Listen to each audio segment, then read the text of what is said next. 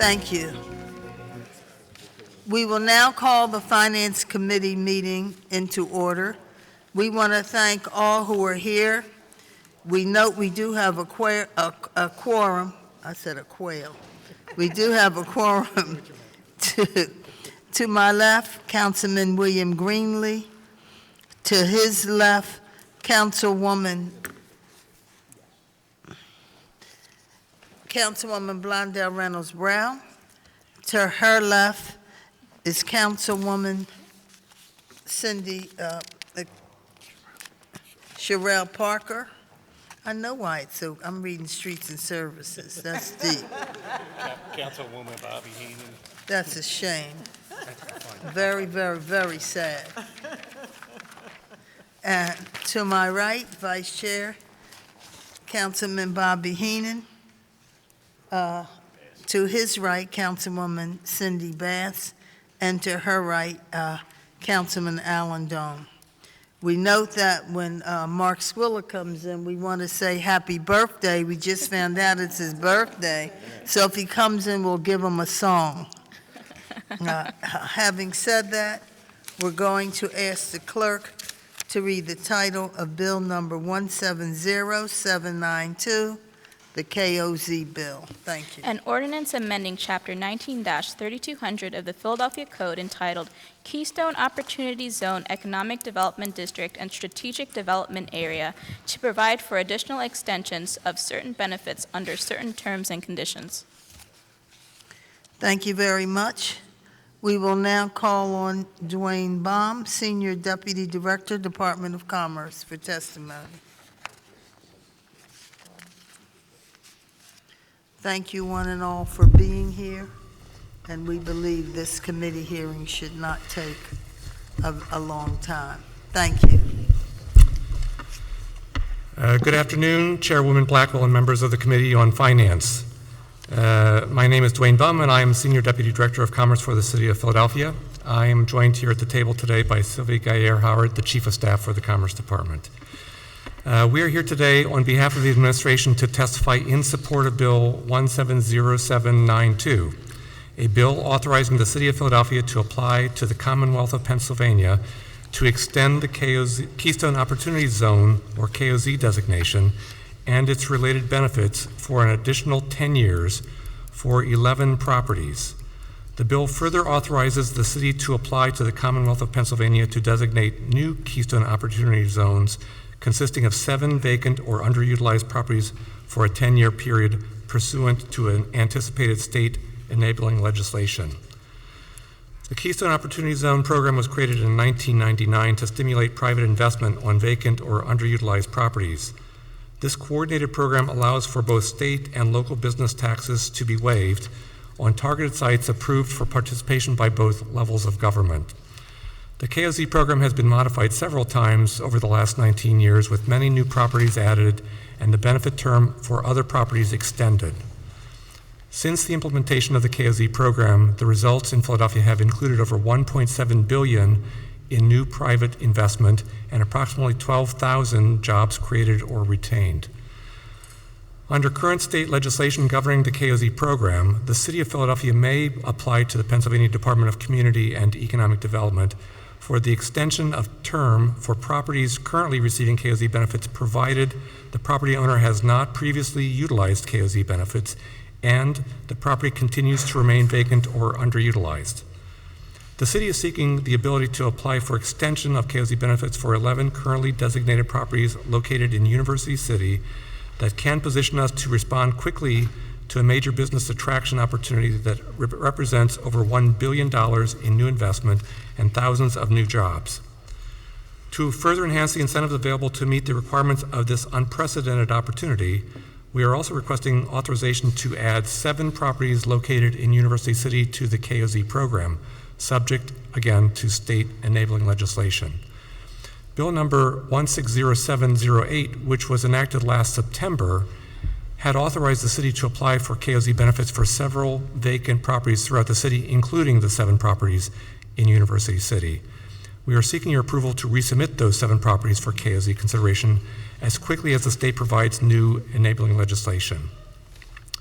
As has been the case in previous rounds of KOZ extensions and designations, the city will be requiring all property owners to enter into a payment in lieu of taxes, or pilot, agreement for annual payments corresponding to 110% of the previous year's real estate taxes as allowed by KOZ law. A pilot will be required as part of all KOZ extension applications and expansion applications regardless of the tax status of the ownership entity. Nearly all the property included in this legislation are owned by tax-exempt entities which currently are not required to pay real estate taxes on vacant property. All properties seeking new or extended KOZ benefits will be required to enter into a pilot agreement regardless of tax status, and all pilots will be in place for the life of the KOZ designation. In summary, the city is seeking the flexibility to include key development sites that have KOZ benefits as part of our proposal to attract a major business headquarters operation. A request for proposals has been issued by this rapidly expanding business, and we expect to be competing with many other cities across the country, each vying to be the new home for this unique opportunity. We believe Philadelphia's location and access to a highly skilled workforce can position us to be successful in this national and possibly international competition. The additional incentives provided by the KOZ program, as authorized by this proposed legislation, can help to make the city's proposal even more compelling. This concludes my prepared testimony. I respectfully request the committee's support for Bill 170792 and request that you vote this bill out of committee with favorable recommendation. I further request that the legislation be amended to make technical corrections and that the rules of council be suspended to allow for the bill as amended to receive a first reading at City Council's next scheduled meeting. Thank you for your consideration. I'd be happy to answer any questions you may have. And I'd also, if it's helpful, be happy to walk through that amendment, which is technical, but in fact a little bit confusing, if you'd like.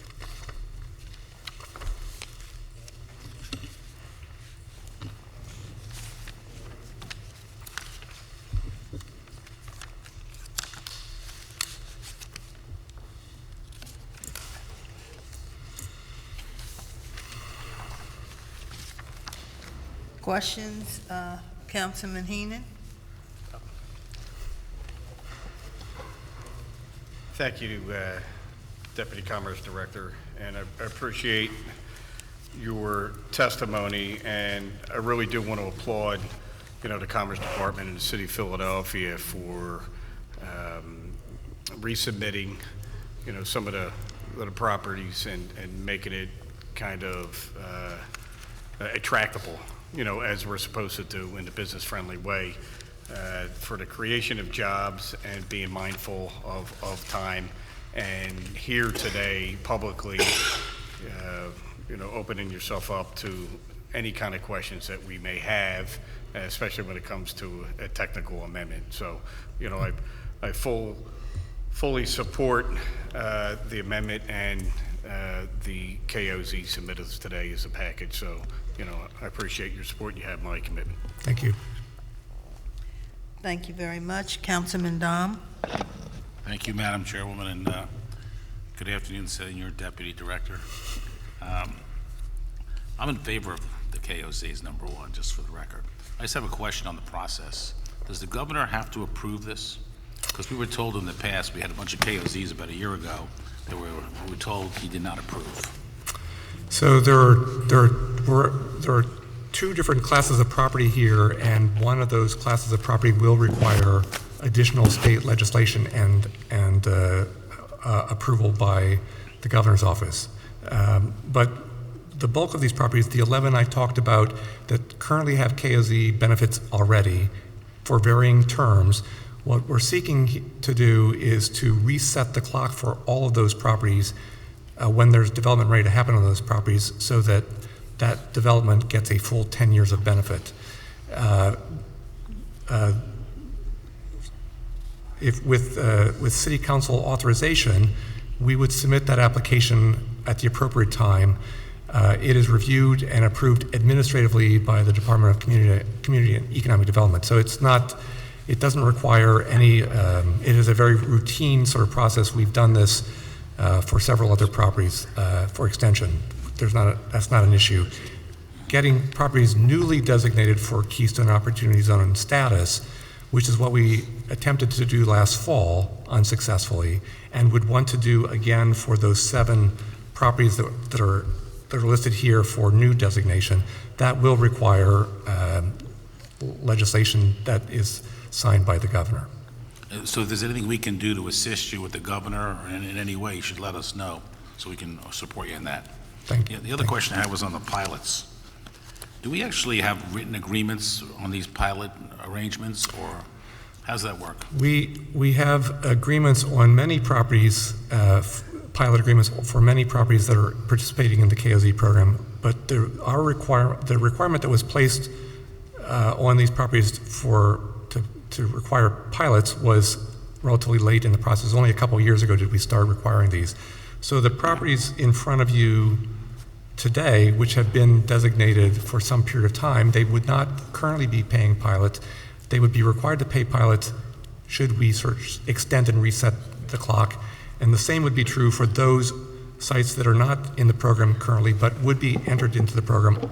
Any new properties in the program, or any properties that extend in the program, across the board, we seek a pilot agreement for that 110%. Okay, thank you very much. Thank you. We have additional questions for Dwayne Bond? I have Yes, we'll recognize Councilman Squilla, but first we want to say, happy birthday to you. Happy birthday to you. Happy birthday, dear Mark. Happy birthday to you. And many more. Thank you, thank you. Is that on the record? My question is that, I know this happened last time and then didn't seem to go anywhere. Is there more of an inclination now that this will have a better chance this time through? Is the governor now considering these? So again, the question of extending those sites that already have KOZ benefit, that is an administrative function. We think that is a straightforward process without a problem. Adding new properties to the program for the first time, which we were unsuccessful last fall in doing, we can't do that until we see new state legislation, and that new state legislation would have to be signed by the governor, at which point, which would indicate his support. So we're not there yet. These are conditional approvals on your authorizations on your part for us to apply should we be allowed to by the state. I think the one thing that I would add is that because of this big opportunity that we have, and because a lot of these parcels are in the University City area, that is why we're adding these back in again, because they fill the hole in the donut of the ones that don't have KOZ, so that hopefully, this opportunity incentivizes them to move on this. We'll see. Okay, thank you very much. And I have, it was just handed to me, we had submitted some changes in an amendment for 18, we have 18 properties, and there is a 19th property which we overlooked. And so we would like to add 3400 to 3414 Market Street, which is all right in the middle of this whole site. It currently does have KOZ benefits, and so we would want to extend those with these other sites for the same development.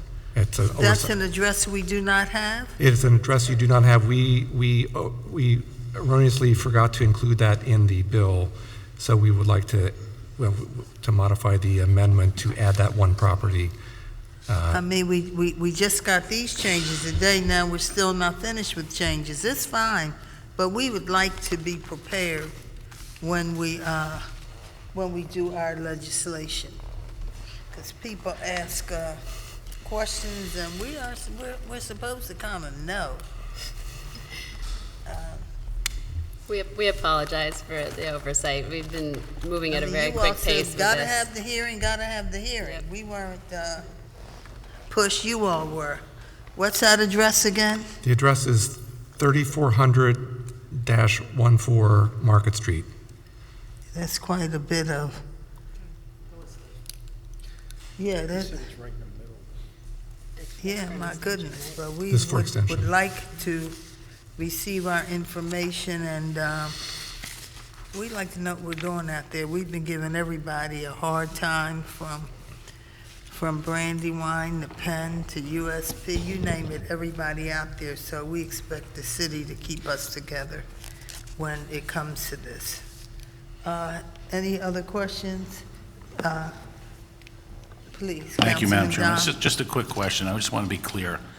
Having a business located in a KOZ, can you just give us the overview of the tax benefits of that business versus not being in a KOZ?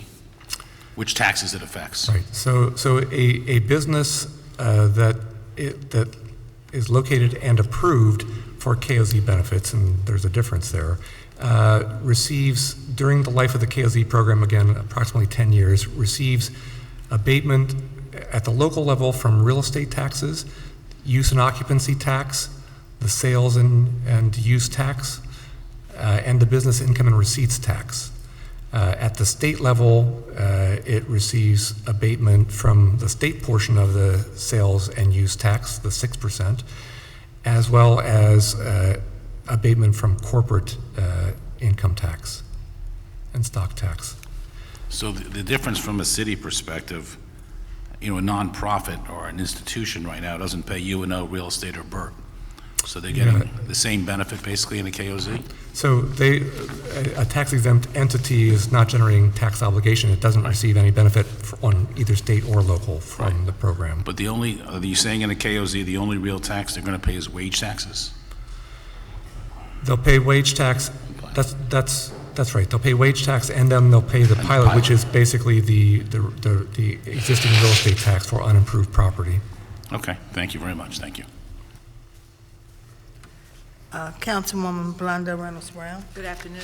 Good afternoon. While we on this side of the table understand fairly well the value of KOZs, and when you, the professionals, live and breathe it every day, there are viewers and communities that continue to get misplaced and displaced because of opportunities like this that we give others. So if you could just share for the record, while we may know, viewers may not, the impact on the local community from a business standpoint, the impact on the local community in terms of displacement of citizens or not, and any other valued information you believe viewers should know when it comes to why KOZs make sense.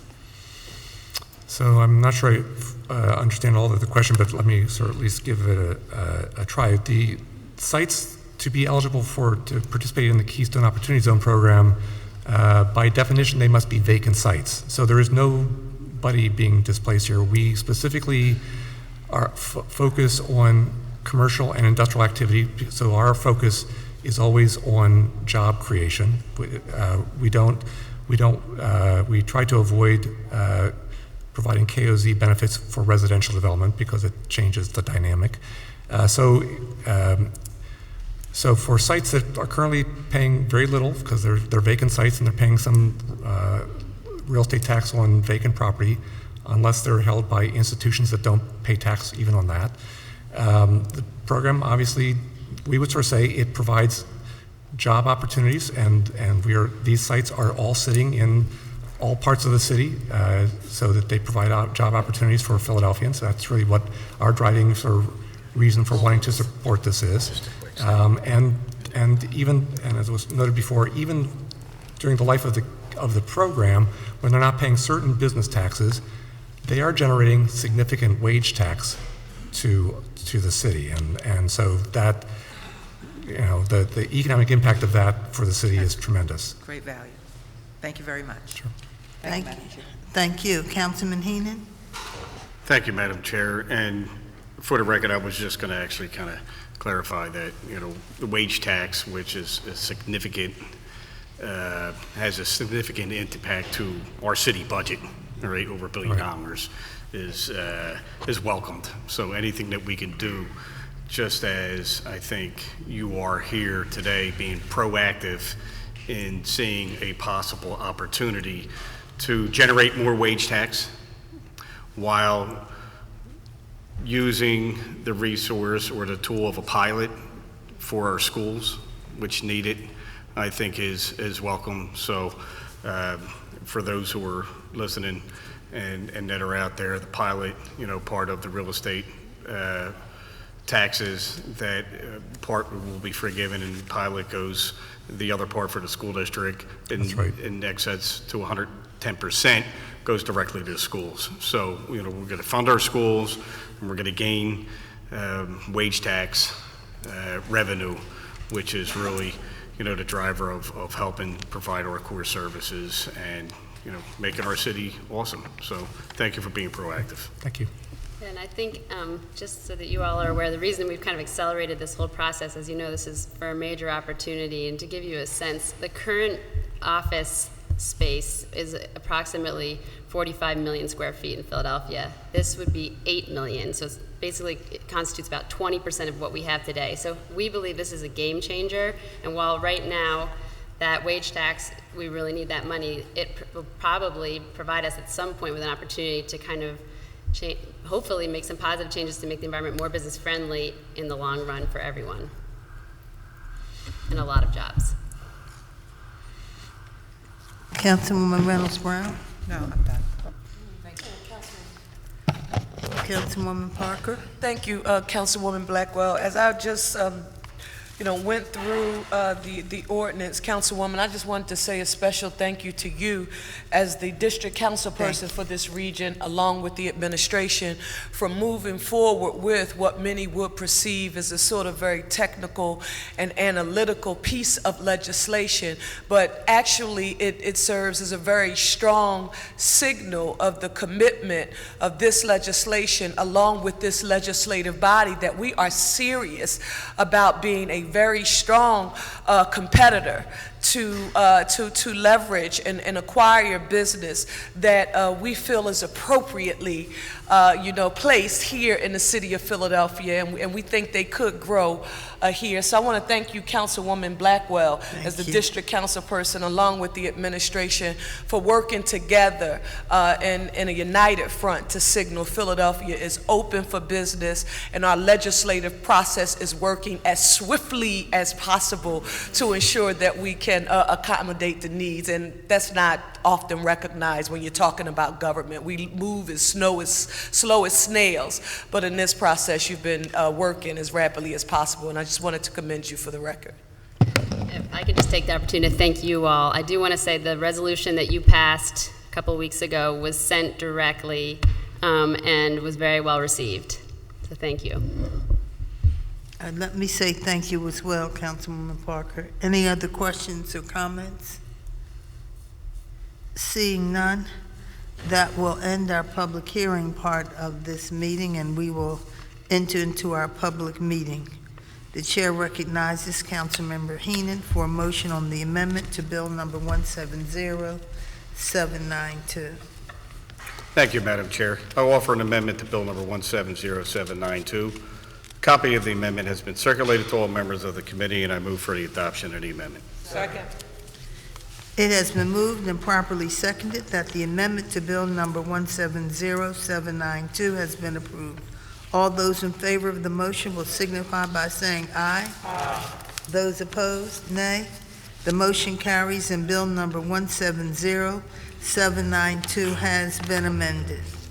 The chair again recognizes Councilmember Henon for a motion with regard to Bill number 170792 as amended. Thank you, Madam Chair. I move that Bill number 170792 as amended be reported from this committee with a favorable recommendation, and further move that the rules of council be suspended as to permit first reading of this bill at our next session of council. Second.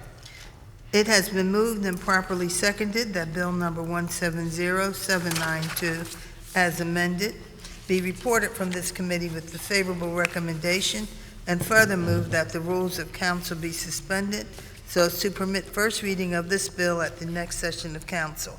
All those in favor of the motion will signify by saying aye. Aye. Opposed, nay. The ayes have it. The motion carries, and Bill number 170792 as amended will be reported from this committee with the favorable recommendation and a request that the rules of council be suspended so as to permit first reading at our next session of council. So let me thank everyone for being here. That concludes our business. This hearing is adjourned. Thank you all, and enjoy your birthday.